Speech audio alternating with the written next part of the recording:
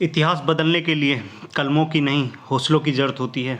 आइए अभी इन्हीं हौसलों के साथ हम आगे बढ़ते हैं अपनी सीरीज़ में राजभाषा में।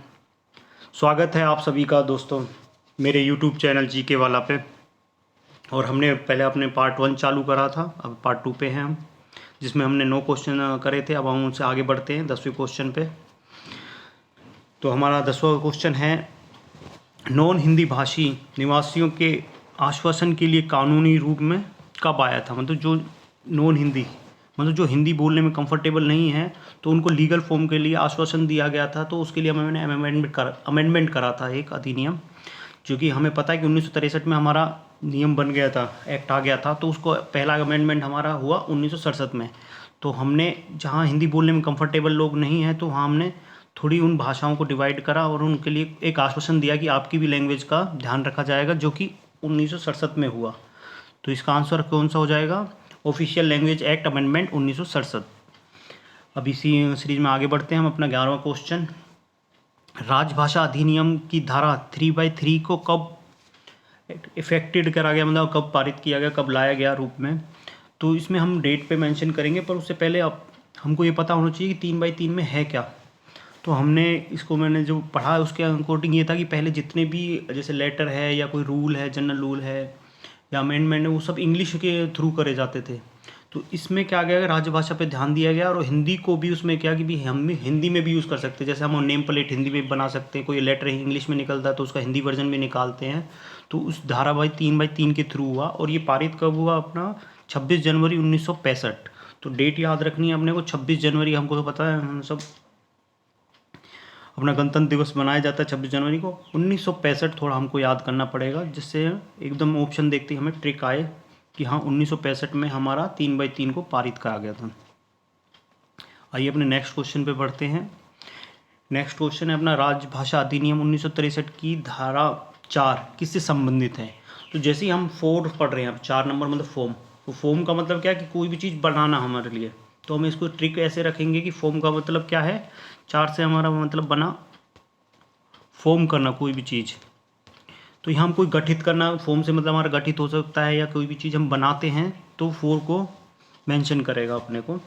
तो जो ये 4 धारा है, ये भी जैसे संसद में कुछ अपना हम वो करते हैं, गठित करेंगे कमेटी। तो इसका आंसर कैसे, जैसे संसदीय भाषी समिति के गठन से संबंधित है। यहाँ जैसे 4 से गठित, कि कोई भी हम कॉन्स्टिट्यूशन और पार्लियामेंट कमेटी को गठित करेंगे ऑफिशियल लैंग्वेज के लिए, तो उसके लिए धारा 4 का यूज़ करते हैं अपना। तो 4 से क्या हुआ, फॉर्म करना, गठित करना अपनी कमेटी को।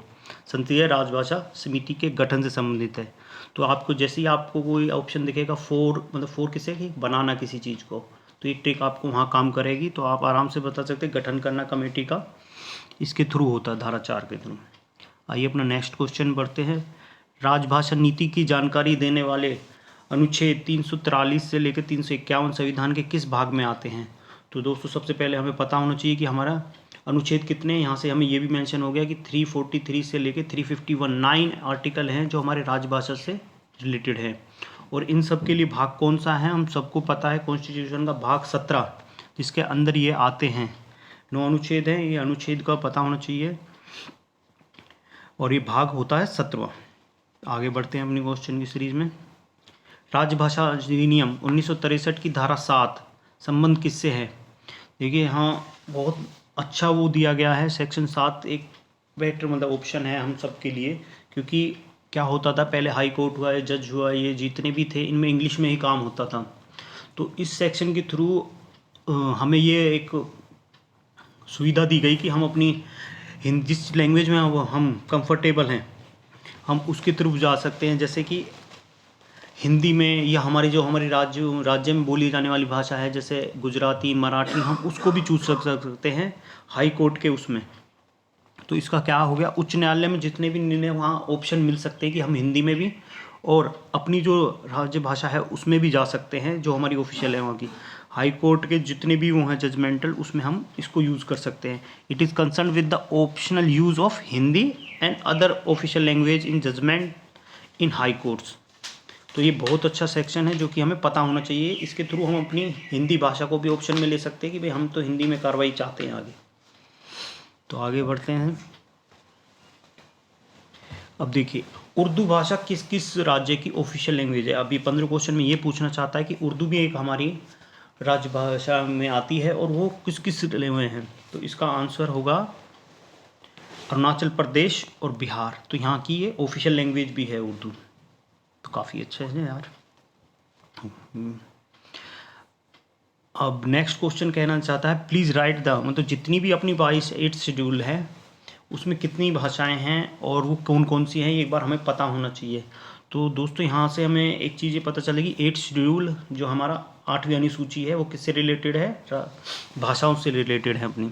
तो इसमें टोटल 22 भाषाएँ हैं और 22 भाषाओं का हमें एक बार नाम ज़रूर पता होना चाहिए, क्योंकि क्वेश्चन में कई बार ऑप्शन दे देता है। तो पहले हम भाषाओं के नाम पढ़ते हैं।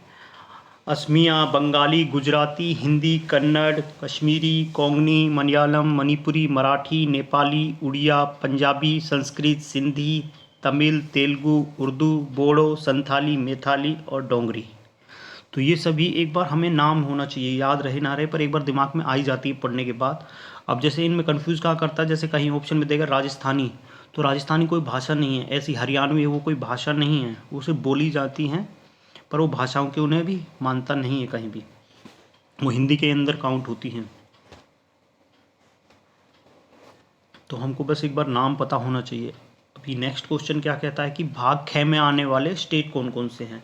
तो ये भी हमें ज़रूर पता होना चाहिए ख के अंदर, क्योंकि ऑप्शन में कई बार देख देता है ये राज्य किस के अंडर आता है, क ख ग।